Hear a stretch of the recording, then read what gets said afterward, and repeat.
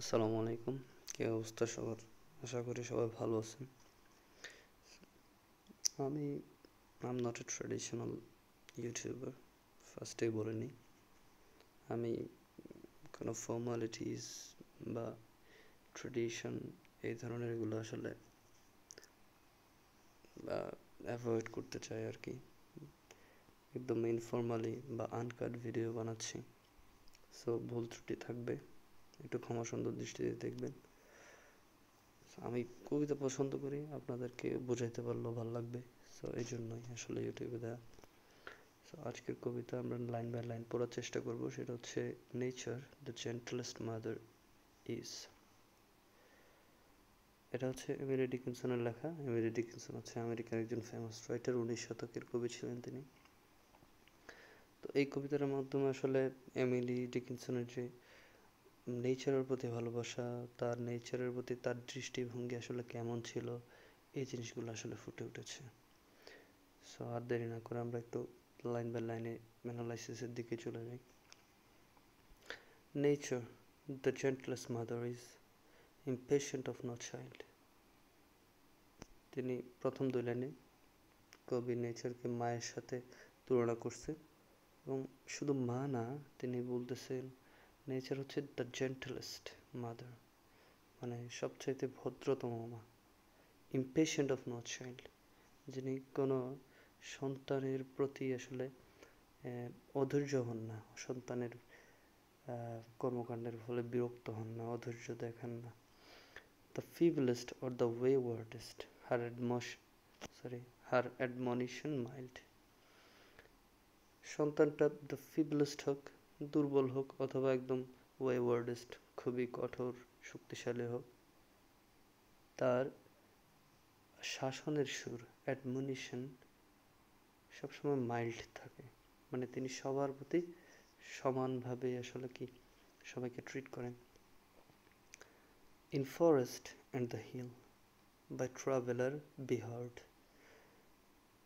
restraining rampant squirrel or too impetuous bird। আচ্ছা, ফরেস্টে যখন অথবা হিলে পাহাড়ে যখন ট্রাভেলাররা আসলে ট্রাভেল করে হেঁটে যায়, ট্রেকিংয়ে থাকে, তখন আসলে তারা নেচারকে শুনতে পায়। কী অবস্থায় শুনতে পায়? নেচার তখন রেস্ট্রেনিং র্যাম্পেন্ট স্কুইরেল, স্কুইরেল এক ধরনের পাখি,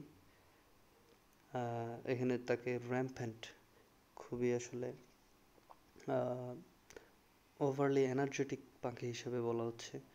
আর টু ইম্পেচুয়াস বার্ড, অথবা কোনো একটা পাখি যেটা খুবই আসলে চটপট করতেছে, এরকম বিরক্তির কারণ হয়ে যাচ্ছে।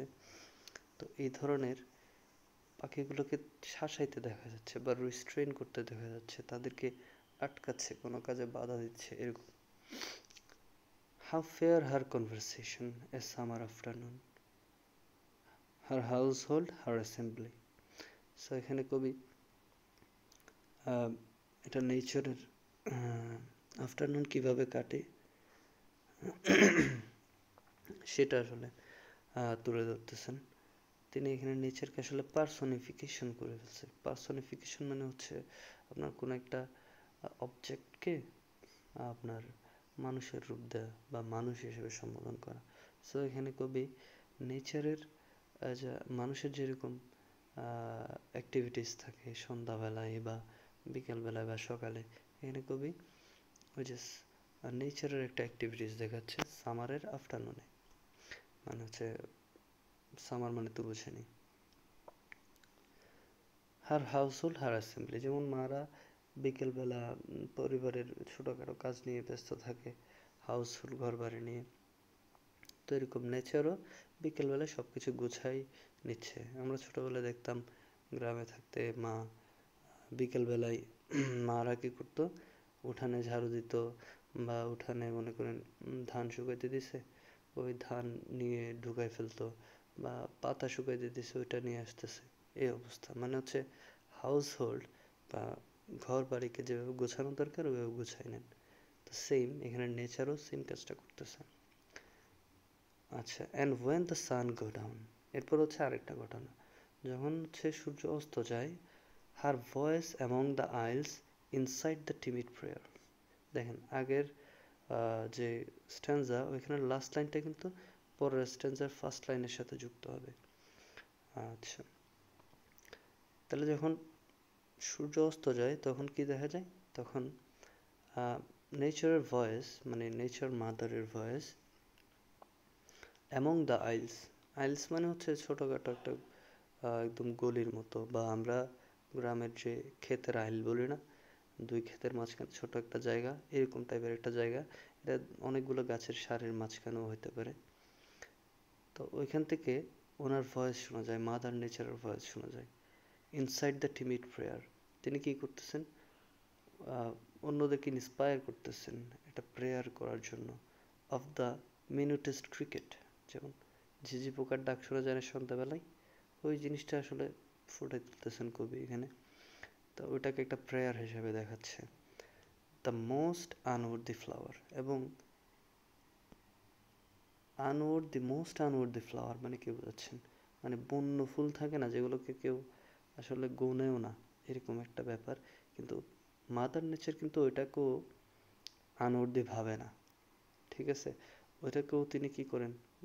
আসলে ওনার সন্তানের মতো দেখেন, বা সবার সাথে যেরকম আচরণ ওটার সাথেও সেম আচরণ।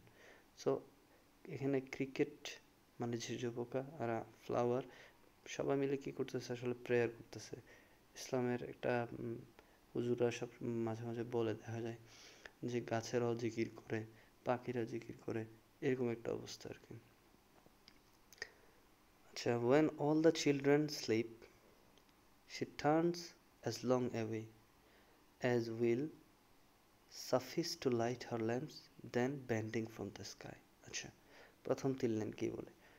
যখন সন্ধ্যা নামে, রাত হইল, বাচ্চারা সবাই ঘুমায়। আসলে হাউস হোল্ডটা কি? ওনার বাড়িটা কি আসলে? নেচারের বাড়িটা হচ্ছে পুরো পৃথিবী। আমরা সবাই, গাছপালা, পশু পাখি যা আছে সবাই হচ্ছে ওনার ফ্যামিলি মেম্বার, সবাই ওনার বাচ্চা। সবাই যখন ঘুমাচ্ছে, পুরো পৃথিবী যখন ঘুমাচ্ছে, তখন তিনি she turns as long away, তিনি একটু দূরে সরে যান তখন। as will suffice to light her lamps, মানে একটা বাতি জ্বালাইতে যান তখন। তাহলে বাতিটা কি? বাতিটা অবশ্যই আপনারা বুঝতে পারতেছেন, এটা হচ্ছে চাঁদ, তারপর হচ্ছে স্টার, এগুলো হচ্ছে নেচারের বাতি। ওটা জ্বালানোর পরে তিনি কি করেন? Then bending from the sky, sky থেকে, আকাশ থেকে আসলে ব্যান্ড করেন, একটু নিচে হন।